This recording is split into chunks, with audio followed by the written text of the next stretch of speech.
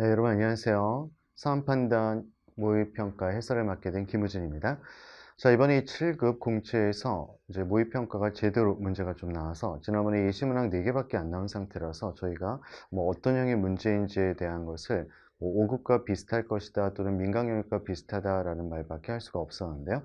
자, 이번에 과정을 통해서 전적인 25개의 문장을 보여줬습니다. 그래서 여기에 근거해서 진행할 수 있게 되는데요. 물론 예상했듯이 민경채 문제라든지 또는 5급에서 나온 쌍판단 문제와 거의 유사한 형태로 출제가 되는데요. 다만 전적인 수준을 봐서는 민경채 문제에서는 그래도 쉬운 문제가 상대적으로 좀 쉽게 평가되는 문제가 25개 중에 한 10개 정도가 구성이 되어 있었는데요.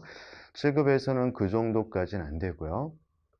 대신 고난이도의 문제들로 좀 포괄이 되어 있습니다. 물론 무조건 여기에 맞춰서 모든 유형이 여기에만 한정돼서 출제된다는 것은 상당히 위험한 발상입니다.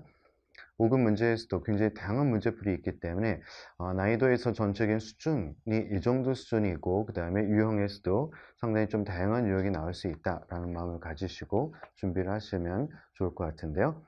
자, 우선 사안판단에 대한 문제에서 진행하기 앞서서 저는 논리 전공을 했고요. 의에서 박사학위를 받고 그다음에 뭐 다양한 논리 적성과 관련된 그런 문제에 대한 해결력을 위해서 뭐 다양한 학원에서 강의도 하고 또는 대학에서 강의를 하고 있습니다. 다만 이 삼판대 영역이 굉장히 중요한 것은 연역 추리에 대한 측정이라는 점에서는 논리적인 사고에 대한 측정이다라고 볼 수 있는데요. 그래서 전체적인 부분에서 외적 상황을 보고 일치부합되는 요소들을 파악하자가 아니라 이런 외적 상황으로부터 어떤 것을 추론할 수 있는가 또는 이런 상황에서 논리적인 판단을 어떻게 할 수 있는가가 측정 요소가 되는 사항판단 영역이기 때문에 논리적인 사고에 대한 근간을 한 연역 추리 능력을 측정하는 목적을 지니고 있습니다. 또한 판단 능력이라고 할 때는 비교 추론이라는 개념도 많이 들어오죠. 외적 상황에서 나타나는 문제에 대한 해결 방안, 그리고 그런 해결 방안에 있어서 어떤 것이 더 합리적이고 또한 또 어떤 것이 더 효용적인 부분이 있는가를 판단할 때는 저희 문제에서는 대부분 계산적인 측면에서 진행합니다. 근데 이런 계산적인 측면은 여러분들이 알다시피 수학적인 능력 자체는 전부 다 연역적 추리로부터 도출되는 사고들입니다. 그래서 논리적 사고와 비판적 사고에 대한 관점을 가지고 진행하셔야 되는 것이 사안 판단 영역에 해당됩니다. 물론 저는 뭐 로스쿨에서도 지금 추리 논증, 그렇죠. 정통 추리와 논증에 대한 논리적 사고, 비판 사고로 강의를 하고 있고 또한 PSAT 언어론에서도 마찬가지로 논리적 사고에 대한 부분 5급에서 좀 집중이 되는 문제들이 있는데요. 5급 문제는 아무래도 논리적 사고에 대한 측정이 좀 많아서 여기서도 강의를 하고 있어서 전반적인 측면에서 여러분들한테 접근 방법 그리고 포인트가 되는 그런 핵심적인 사항들을 전달해 줄 수 있어야 합니다. 자, 이번에 최근 모의평가 사안 판단을 한번 접근을 해보면요. 자, 전체적으로서 예상됐던 좀 유사한 형태를 지니고 있습니다. 상황 이해 및 추론 파트가 4문항, 그 다음에 법학 추론이 6문항, 문제 해결 부분에서 논리게임이 5문항, 그리고 판단 및 의사결정 부분이 10문항으로 출제가 됐습니다. 자, 그러면 문제에서 1번서부터 한번 차례대로 풀어나가면서 자, 어떤 유형이고 어떤 접근법에 따라서 진행할 것인지에 대한 결정, 그리고 여기에 따른 효율적인 문제 해결 또는 출제 의도에 따른 문제 해결은 어떤 측면이 있는가를 보도록 하겠습니다. 자, 첫 번째 법학 영역이 1번부터 6번까지 6문항이 출제가 되는데요. 자, 법학 추론에서는 지금 3가지가 포인트가 되는 부분이 있습니다. 첫 번째, 법조문을 직접적으로 적용하는 문제로서 대상이 무엇이고 또 여기에 대한 예외가 어떤 것인지를 파악하는 법조문의 고유한 영역을 바탕으로 한 추론입니다. 판단 영역이고요. 두 번째는 자, 요새 여러분들이 주의하실 부분이죠. 사안 판단 영역에서는 물론 자료 해석 영역은 계산이 눈에 띄게 들어오기 때문에 계산하자라는 마음을 가지고 진입을 합니다. 하지만 사안 판단에서는 자, 그런 계산력보다는 어떤 퍼즐적 개념이 들어오긴 하지만 요새 최근 경향에서 이번에 모의평가에 나왔듯이 계산 능력도 사안 판단에서는 상당히 중요한 영역 중에 하나입니다. 그래서 모든 문항에 약간의 수적 개념들과 기준, 계산이 포괄되어 있다는 마음을 가지고 사안 판단에 접근하셔야 됩니다. 아마 처음 여러분들이 접근하시는 분들은 이제 법학 추론 부분에서 아무래도 성적을 많이 올릴 수 있는 영역에도 불구하고 이런 수적 기준이라든지 또는 계산이 활용된 문항 때문에 어려움을 느끼고 있는데요. 자, 좀 익숙할 정도로 연습이 필요합니다. 왜냐하면 이번에서 역시 마찬가지로 법학 추론 영역 6개 중에서 4개 정도가 수적 기준과 계산 활용이 된 문제로 이루어졌습니다. 그만큼 자, 이제 법학 추론 부분이 순수 법적 개념에 대한 문제나 규칙 적용 문제는 2개밖에 안 된다. 대부분이 수적 기준과 계산형으로 출제가 된다는 마음을 가지시고 연습을 하실 필요가 있습니다. 그래서 법학 추론에서는 첫 번째 주의하실 것은 그래도 아무래도 법학 개념들, 법조문에 대한 개념이 나오기 때문에 기본적인 법적 개념은 좀 알고는 계셔야 됩니다. 그래서 법학 개론서 정도까지는 필요하다고 생각을 하고요. 네, 두 번째, 문제에 대한 해결력이 중요합니다. 사안 판단은 문제 해결을 하면은 굉장히 냉정한 시험이죠. 문제를 해결해서 답을 딱 맞추면 적성이 있다 평가되는 시험입니다. 그래서 문제에 대한 접근을 어떻게 빠르고 정확하게 할 것인가. 또 한 가지 문제는 저희가 약 2분 안에, 2분 15초, 20초 안에 문제를 맞추셔야 돼요. 근데 그중에는 쉬운 문제도 있고 어려운 문제도 있습니다. 따라서 쉬운 문제는 좀 더 빠르게, 그 다음에 어려운 문제는 그만큼 빠르게 푼 것의 시간을 가지고 조금 더 해결을 할 수 있도록 구성을 해야 된다는 것이죠. 그만큼 단순히 문제를 잘 풀 수 있다뿐 아니라 시간 안에 어떻게 할 수 있는가라는 최적화가 사안 판단에서 가장 중요한 영역 중 하나가 됩니다. 최적화, 즉 시간 안에 풀 수 있는 능력을 이야기합니다. 모든 적성 쪽에서 사용되는 그런 내용들이죠. 그래서 여기에 기준을 가지시고 파악을 하셔야 됩니다. 자, 그럼 첫 번째 문항부터 보도록 하겠습니다. 자, 첫 번째 문항에서는요. 다음 글과 상황을 근거로 판단할 때 옳은 것을 찾는 문항입니다. 자, 이 문제는 자, 외적인 상황이 설정되어 있고 지문에서 규정들이 나와 있습니다. 보통 일반적으로 여러분들 규정을 쭉 읽고 상황을 보면서 적용하는 문제이지만 사안판단의 많은 문항들은 상황 자체에서 나타날 수 있는 요소들을 굉장히 복합적으로 많이 보여주고 있습니다. 그래서 키워드가 되고 있는 그런 법조문의 개념들을 상황을 먼저 한번 보시면서 체크를 하는 것도 좋은 방식인데요. 자, 이 문제는 미리 말씀드린 수적인 기준이 등장합니다. 수적 기준. 따라서 자, 수적 기준에 대한 문제이다. 자, 어떻게 하시냐면은 지금 선지를 한 3, 4초간 잠깐 보시면은 선택지가 자, 1번에서 2021년 총 250만 명 중에 자, 그죠. 수치가 나오죠. 2번에서도 저 연도에 대한 수치의 개념이 나오기 때문에 수적 기준에 관한 내용이다. 그러면 지문을 상황을 보실 때도 수적 기준에 대한 판단을 하실 필요가 있습니다. 자, 우선 상황에서는 2021년 제6회 A박람회를 국거지원을 받아서 개최할 예정인데요. 자, 매년 1회 총 250만 명이 참가하는 행사입니다. 지금 대상이 되는 것이 250만 참가. 그 다음에 20여 개국 국가에서 8만 명 이상이 참가를 한다고 되어 있습니다. 2021년도에도 동일한 규모의 행사가 예정되어 있고 한편 2020년에 5번째로 자 2020년에는 5번째로 국고 지원을 받아서 진행하는데 총 40억이었고요. 한편 국고 지원 비율은 25%를 받은 상황이라고 되어 있습니다. 근데 여러분들 여기서 25%란 말을 듣는 순간 이것은 4분의 1이니까 10억이구나 라는 것을 사실은 바로 추리가 되는 상황이죠. 자, 그래서 우리가 정보를 써낸 몇 명이 참가하는가? 250만 명 참가. 몇 개국, 몇만 명 이상, 그 다음에 몇 번째, 그 다음에 총 지원 금액은 얼마인가를 확인할 수 있게 됩니다. 자, 수적 기준을 한번 봤죠. 자, 그럼 규정을 보도록 하겠습니다. 첫 번째 조항. 이 규정은 중앙행정기관 광역자치단체가 국제행사를 개최하기 위해서 10억 이상의 국고지원을 요청하는 경우 적용합니다. 자, 10억 이상의 국고지원. 여기서는 25%가 10억 포함되고 있고요. 한편 두 번째 조항, 국제행사는 5개국 이상, 자, 이제 조건 충족이 되는가를 확인할 필요가 있죠. 자, 20개국이니까 해당되고요.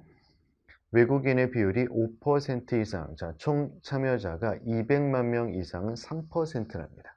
3% 이상. 그럼 여기서는 3%는 7만 5천 명이니까 8만 명은 해당되는 수치라는 것을 알 수 있게 됩니다. 근데 1번에서 우리가 찾는 것은 옳은 겁니다. 2021년 총 250만 명의 참여자 중 외국인 참여자가 감소해서 6만 명이 되더라도 국제행사에 해당한다? 자, 6만 명이 돼버리면요. 250만 중에 6만이면 저희가 자, 지금 1%면 지금 2만 5천이니까 2%는 5만 명. 따라서 3% 아까 저희가 얘기했을 때도 그렇죠. 7만 5천 이상이 돼야 되는 건데 6만 명이면 지금 3% 이상에 해당되지 않게 되겠죠. 기준이 떨어집니다. 따라서 이 정의에서 벗어나게 되죠. 1번은 바로 배제됩니다. 그럼 2번 2021년에 A박람회가 예정대로 개청된다면 A박람회는 2022년에 국고지원 대상에서 제외된다는데요. 자, 국고지원 제외 규정이 그 다음 세 번째 조항에 나옵니다. 자, 제외되는 경우는 다음에 각 호에 해당되는 건데요. 1. 매년 1회 정기적으로 개최하는 국제행사로 국고지원을 7회 받은 경우인데, 자, 지금 여기서는 2020년에 5번째입니다. 그럼 2021년에는 6번째니까 가능하죠. 제외되지 않습니다.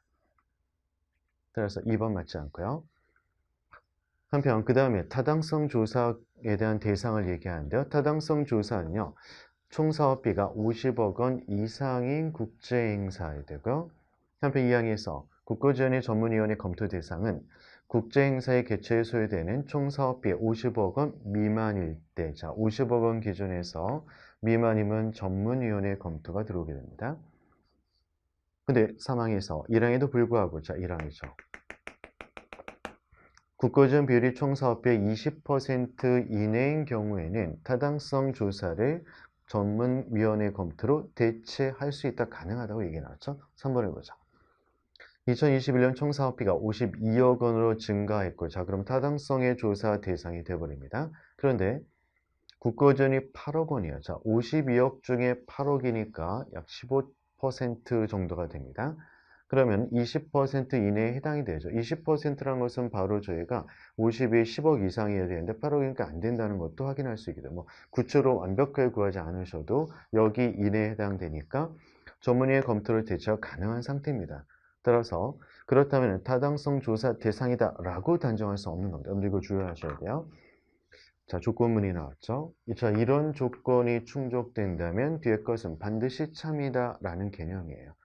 하지만 타당성 조사 대상이다 라고 단정할 수 없죠. 왜냐하면 20% 이내이기 때문에 전문위원회 검토를 대체 가능하기 때문입니다. 그래서 3번은 맞지 않은 진수입니다.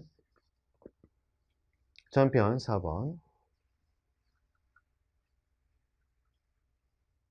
자, 똑같은 내용을 가지고 판단할 시험입니다. 2021년 총 사업비가 60억 원으로 증가를 했죠. 국가 지원은 전년과 동일한 금액. 자, 금액은 저희가 아까 여기서 10억이라고 했습니다. 10억. 요청했다면, 자, 그러면, 자, 이것을 요청하게 되면요. 60억 중에 10억이니까 비율적으로는, 자, 20%면 60억이면 그렇습니다. 그래서는 12억이 돼야 되는 건데, 그렇게 안 됐죠. 따라서 전문의 검토를 받을 수 있다. 그렇습니다. 옳은 진수임을 확인할 수 있게 됩니다. 완벽한 계산 안 하시더라도 20%만 보더라도 바로 확인할 수 있죠.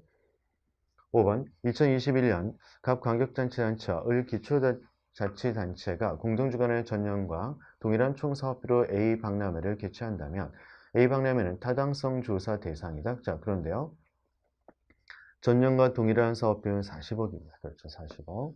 50억 이상에 대해 타당성 조사 대상이 되죠. 따라서 5번 맞지 않습니다. 따라서 답은 4번이 답이 되고 수적 기준을 가지고 확인하는 법학 추론에 해당이 됐습니다. 아주 전형적인 문제 형태를 보여줬던 내용이었습니다. 자, 2번 문제도 역시 마찬가지로 자, 수적 기준에 대한 부분 자, 그대로 등장을 합니다. 자, 수적 기준인데 여기서는 이제 자, 동시에 또 한 가지가 들어오는데요. 바로 계산이 포괄이 됩니다. 수적 기준 아까도 물론 계산이 들어왔지만 여기서는 계산 부분도 좀 많이 들어오는 상황입니다. 그래서 법학 영역에서 여러분들이 오히려 이런 계산 문제가 많다는 것은 법적 개념을 잘 알고 있다 해결이 다 되지 않죠. 법적 개념을 좀 알고 있어서 빠르게 읽을 수 있다. 왜냐하면 저희 문제 거의 다 풀어서 써줍니다. 전문용어를 거의 사용하지 않기 때문이죠. 그래서 오히려 이런 다양한 문제에 대한 경우에도 필요하다는 겁니다. 자, 첫 번째 조항을 보시면 영화위원회는 영화의 발전, 영화 비디오물 산업의 진흥을 위해서 영화 상영관이 입장하는 관계에 대해 입장권 가격의 100분의 5의 진흥기금을 징수한다. 다만, 자, 예외를 꼭 보셔야죠. 다만. 직전 연도에 제3호조 1호에 해당하는 영화를 연간 상영일수 100분의 60 이상 상영한 영화 상영관에 입장하는 관람객에 대해서는 그렇지 않습니다. 자, 예외가 등장하는데 예외는 자, 세모조 1호에 해당하는 자, 이것이 바로 예외에 해당됩니다. 진흥기금을 징수 예외죠. 자, 3번을 먼저 확인해보죠. 옳은 겁니다. 관람객 C가 입장권 가입과 그 진흥기금을 자, 이런 거 놓치면 안 되죠. 합해서 자, 진흥기금 합합니다. 합해서 영화 상영관에 지불한 금액이 12,000원이었어요. 그러면 지금 100분의 5가 합치고 입장 가액도 합쳤으니까 105만큼이 들어온 거죠. 그러면은 자, 12,000원을 105로 나누면 11.4니까 이 중에서 5%면 곱하기 5로 하면 약 570원 정도가 됨을 알 수 있게 되죠. 진흥기금은 600원이다 라는 것은 맞지 않게 됩니다. 한편 2항에서 언제까지 내야 되는가 진흥금 매월 말일 징수에서 해당 금액 다음 달 20일까지 내면 됩니다. 근데 이번에서 같은 해 9월 28일에 납부하는 경우 자 60만 원을 같은 해 8월분을 지금 징수를 했죠. 그리고 9월 20일까지 내면 되겠죠. 따라서 가상금이 포함되는 것은 아닙니다. 자, 가상금은 사망해서 납부 기한까지 납부하지 않을 때는 100분의 3의 가상금이 부과되는데 여기서는 가상금 대상이 아니죠. 20일 이내이기 때문입니다. 자, 따라서 2번 맞지 않고요. 자, 한편 100분의 3의 가상금이 부과되는데요. 자, 위에는 2항에 따른 진흥기금의 수납의 위탁 수수료를 영화상영관 경영자에게 지급하고 이건 수수료가 있는데요. 수수료는 1항에 따른 진흥기금의 징수액에 자, 진흥기금 중에서 100분의 3을 추가할 수 없다라고 되어 있습니다. 5번 영화상영관 경영자이가 7분 진흥기금과 그 가상금을 합한 금액이 103 그러면 가상금이 지금 100분의 3이니까 가상금이 3이고요. 영화 진흥기금은 100이라는 것을 알 수 있어요. 100만 원이 상합니다. 자, 위원회는 이에게 최대 3만 원. 자, 100만 원에 100분의 3 추가할 수 없으니까 3만 원을 추가할 수 없죠. 3만 원까지 가능합니다. 따라서 5번은 옳은 진술에 해당이 됩니다. 한편 세무조항, 자, 앞에서 예외로서 나왔던 세무조항인데요. 자, 이때는 예외입니다. 그렇죠? 금액을 내지 않아도 되는 건데요. 자, 예외조항, 연간 상영 일수에 100분의 60 이상 상영할 때 애니메이션 단편 예술 독립영화, 그 다음에 여기에 해당하지 않은 청소년 관람가 영화에 해당하지 않은 국내 영화입니다. 1번, 영화관 내에서 직전 연도에 연간 상영일수 100분의 60 이상 청소년 관람가 애니메이션 영화를 상영한 경우 징수하지 않는다고 했죠. 예외에 해당됩니다. 4번, 연간 상영일수가 매년 200일의 영화 상영관 뒤에서 직전 연도의 단편 영화를 40일, 독립 영화를 60일, 100일이네요. 상영했다면 자, 200일 중에서 100일이 됩니다. 그런데 100분의 60이라고 한다면 120일 이상이 돼야 된다는 거죠. 따라서 이때는 진흥기금을 징수해야 되겠죠. 4번도 맞지 않습니다. 기준점이 맞지 않죠. 그래서 1번 문제와 마찬가지로 수적 기준과 약간의 계산이 합쳐져 있는 법학 문제에 해당인데요. 여기서 법학의 고유 영역인 예외 규정에 대한 확인도 포괄이 됐던 내용이었습니다. 자, 그러면 3번 문항을 볼까요? 자, 3번 문항에서는 자, 두 가지가 법적에서 수적 기준과 계산형 문제가 나왔고요. 자, 3번에서는 자, 이제 계산보다는 정통 여기서는 법학 추론입니다. 대상 파악 및 요건을 적용하는 내용입니다. 자, 여기서는 법적 대상이 정확해야 됩니다. 대상. 그 다음에 저에게 어떤 요건인가? 요건에 맞춰서 대상에 대한 것을 적용해야 되죠. 여기에 맞춘 적용을 확인하시면 됩니다. 난이도 높진 않았습니다. 자, 처음에 민사소송에 담당하는 법원에 대해서 얘기를 하면서 피고의 주소지를 관할하는 원칙적으로는 피고의 주소지입니다. 지방법원 또는 지원인데요. 다만 금전지급 소송권을 금전지급에 대한 건이 있습니다. 자, 이런 건이 있으면 이것은 지방법원 그 다음에 지원은 마찬가지인데요. 대신 자, 앞에서는 피고의 주소지였죠. 근데 원고의 주소지에 관할 법원 지원도 재판이 가능합니다. 그래서 금전 지급에 관한 것은 자, 지방법원과 지원이 가능한데 피고 또는 원고의 주소지가 모두 가능하다라는 겁니다. 자, 모두 가능합니다. 자, 첫 번째 예외에 해당되는 조항을 일단 확인했고요. 그 다음에 한편 지방법원이 그 지원의 재판 사무 일부를 처리하기 위해서 그 관할 구역 안에 시법원 또는 군법원이 설치되어 있는 것. 자, 이건 주의하셔야죠. 시 또는 군법원입니다. 자, 이것이 설치되어 있는 경우 시군법원은 지방법원 또는 그 지원이 재판하는 사건 중에서 소송 물가액이 3천만 원 이하. 자, 이제 조건이 그렇죠. 3천만 원 이하입니다. 인 금전지급 청구 소송을 전담해서 재판해야 된다고 되어 있죠. 그래서 요거는 이쪽으로 들어옵니다. 3천 이하. 즉 이러한 소송의 경우 원고 또는 피고의 주소지 마찬가지죠. 둘 중 하나입니다. 시군 법원이 있으면 지방법원과 지원은 재판을 못합니다. 그렇죠. 이때는 안 된다는 거죠. 이것만 재판한다. 저거는 주의하셔야 되죠. 전 저희 문제에서 뭐뭐 많이 한다라는 말은 굉장히 강력한 그런 얘기죠. 다른 것은 있을 수 없다라는 점입니다. 자, 그러면 첫 번째 사례를 보도록 하죠. 갑은 자, 우리에게 빌려준 돈을 돌려받기 위해서 소송 물가액 3천만 원, 자, 3천 원 나왔죠. 금전지급 청구에서는 A 청구에 해당됩니다. 그럼 A 청구는 바로 시군 법원에서 해야 된다는 것을 바로 추리할 수 있게 되죠. 1억 원의 고려청장. 자, 그리고 을에게서 구입한 소송물가 1억 원. 자, 그거는 해당되지 않죠? 그럼 1억 원 바로 금전지급자 일반적인 여기에 들어오겠죠? 이것을 B청구는 여기에 해당됩니다. 자, 갑의 주소지는 김포시고요. 을은 양산시다. 그럼 둘 중 하나 모두 다 가능하죠. 금전지급은. 따라서 김포 또는 양산시가 포함되어 있는 A 청구는 시군법원. 그 다음에 B청구는 지방법원 또는 지원에서 하면 됩니다. 자, 바로 파악해보죠. 자, 김포시와 그 다음에 양산시가 있는 것을 체크해보면 자, 여기 전부 다 포함이 되겠죠. 근데 자, 시 또는 군 법원을 찾아보니까 자, 시법원 여기 있습니다. 김포시법원, 양산시법원 있죠. 그래서 두 개는 A고요. 한편 지원이 여기 있고요. 여기도 법원, 지방법원이 있으니까 B에 해당되겠죠.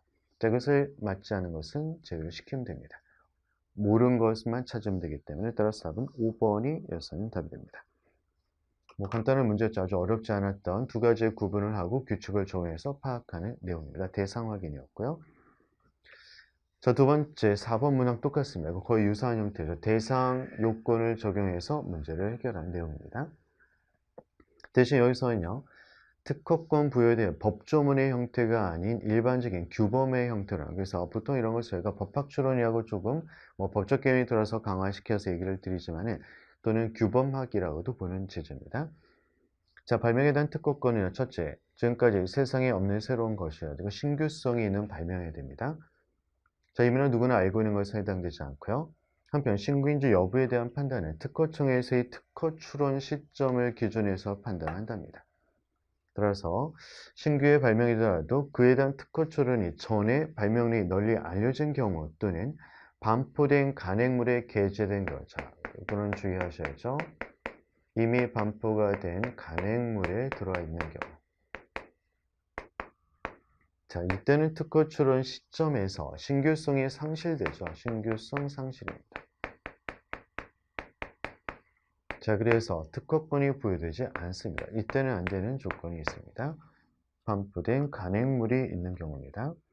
한편 발명자가 자발적으로 위와 같은 신규성을 상실시키는 하고 그날로부터 12개월 이내 특허 출원하면은 상실되지 않는 것으로 취급을 하는데요.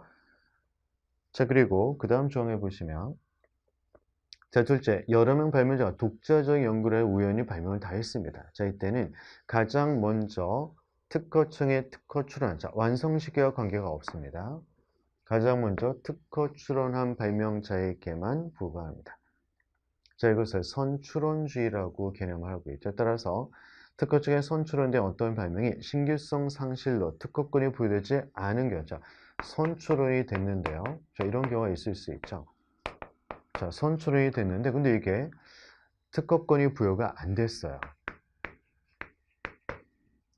자, 여기에 대해서 동일한 발명에 대한 후출원이 있다면 후출원이 됐죠. 자, 이것도 역시 특허권이 인정되지 않는다라는 겁니다. 자, 그러면 사례를 보도록 하겠습니다. 발명자 갑을병은 각각 독자적인 연구 개발을 수행하여서 동일한 A 발명을 완성한 상태입니다. 자, 갑은 2000년 3월 1일 A 발명을 완성했지만 자, 비밀로 유지하다가 자, 특허 출원 날짜를 볼까? 9월 2일에 특허 출원했습니다. 자, 을은 4월 1일 A 발명을 완성하자 6월 1일 간행이 돼서 반포가 된 학술지에 논문 게재 후에 8월 1일에 특허 출원을 하게 됩니다. 자, 그런데 여기서 병은 2020년 7월 1일에 자, 특허 출원의 일자를 보니까 이쪽이 제일 빠르죠. 발명을 완성하자마자 당일에 특허 출원을 한 상태인데, 자, 이제 시점을 보니까 그 이전에 자, 예를 볼까요? 반포된 간행물이 있으면 신규성 상시로서 안 된다고 했죠. 6월 1일에 간행이 돼버렸습니다. 따라서 가장 셋 중에서 가장 먼저 출원을 했던 병은 그렇죠. 신규성 상실로서 특허를 받지 못합니다. 7월 1일. 그러면 자, 선출원이 지금 안 됐을 경우 후출원은 무조건 안 된다고 되어 있죠. 따라서 그 이후에 8월, 9월에 됐던 을과 갑도 모두가 안 되게 되겠죠. 따라서 이 상황에서 옳은 것은 5번 갑을병 중 누구도 특허권이 부여받지 못한다. 그래서 옳은 진술에 해당됩니다. 자, 은근히 혼동이 될 수 있는 내용인데 원칙을 그대로 적용. 특히 마지막 단락에 있던 원칙이 굉장히 중요한 원칙이었죠. 선출원 등교에서 특허권이 안 됐으면 후출원도 안 된다는 개념이 적용됐던 겁니다. 자, 다음에 5번 문항 보죠. 자, 5번 문항에서는, 여기서는 그래서 시점에 대한 기준에서는 수적인 기준으로 좀 볼 수 있습니다. 원래 법학 추론 문제에서는 그 시점에 대한 것도 자주 수적 기준에서 나오고 있어요, 시점. 자, 그 다음 5번 문제에서는 역시 대상 파악형 문항입니다. 자, 여기서는 상황이 있기 때문에 제가 상황을 한번 먼저 보도록 하죠. A주택의 소유자 갑은 A주택의 저당권을 설정한 주택담보 노후연금 보증을 통해서 노후생활 자금을 대출받고 정자 61세입니다. 갑의 A주택에 대한 주택담보 노후연금 대출한 득은 3억 원에 해당됩니다. 자, 지금 갑은 61세고요. 소유자입니다. 자, 오늘 주어진 정보였습니다. 자, 그 다음 내용 볼까요? 자, 1조에서는 주택담보노후연금 보증에 대해서 얘기를 하면서 노후자금 대출을 받음으로써 부담하는 금전채무를 주택금융공사가 보증합니다. 이 경우 주택소유자 또는 주택소유자의 배우자는 60세 이상. 자, 여기서 중요한 것은 또는이라는 표현입니다. 자, 또는이라는 표현은 원래 논리학에서는 또는이라는 표현을 대중심리학은 V 표시를 하죠. 그래서 A 또는 B다라는 것은 둘 중 적어도 하나가 성립되면 된다는 거예요. 따라서 주택 소유자가 이미 갑이 61세로 60세 이상이 됐기 때문에 지금 여기서는 그 배우자가 반드시 넘어야 되는 것은 아니에요. 둘 중 하나만 되면 되는 겁니다. 니은을 거죠. 갑의 배우자 연령이 60세 이상이어야 주택담보노후연금 보증을 통해서 대충 아니죠. 이미 주택 소유자가 61세에 넘었기 때문에 관계가 없습니다. 여러분들 이 표현도 주의하셔야죠. 이어야 한 것은 이어야만, 이때에만 이란 뜻이죠. 딴 데는 안 된다. 그건 아니죠. 60세가 안 되더라도 소유자가 61세가 가능하다는 표현입니다. 니은 틀렸고요. 한편 자, 3호에서는 원칙들을 보여줘. 어떤 때 가능한 즉 1호 또는 2호의 어느 방식과 주택 소유자가 다음 각목의 어느 하나의 용도를 사용하기 위해서 일정한 금액을 지급받는 방식을 결합한 방식이 가능한데요. 해당 주택을 담보로 대출한 금액 중 잔액을 상환하는 용도 또한 해당 주택의 임차인에게 임대차 보증금을 반환하는 용도로서는 같이 할 수 있다라고 얘기합니다. 즉 본인의 생활자금 플러스 요금씩 결합할 수 있다는 거죠. 기억. 갑은 A주택을 임차인에게 임대차 보증금을 반환하는 용도로 1억 원을 지급받고 생존에 있는 동안 노후 생활자금을 매월 지급할 수 있다. 자, 지금 100분의 50 이내 금액 3억 중에서 1억이니까 가능하죠. 틱은 갑은 A주택을 담보로 대출받은 금액 중 잔액을 상환하는 용도로 나와 있죠. 잔액 상환. 1억 5천만 원이니까 100분의 50 이내에 들어와 있죠. 따라서 디귿도 가능하죠. 기억과 디귿 두 가지가 옳은 진술로서 답이 됩니다. 자, 기준점을 파악하는 내용이었습니다.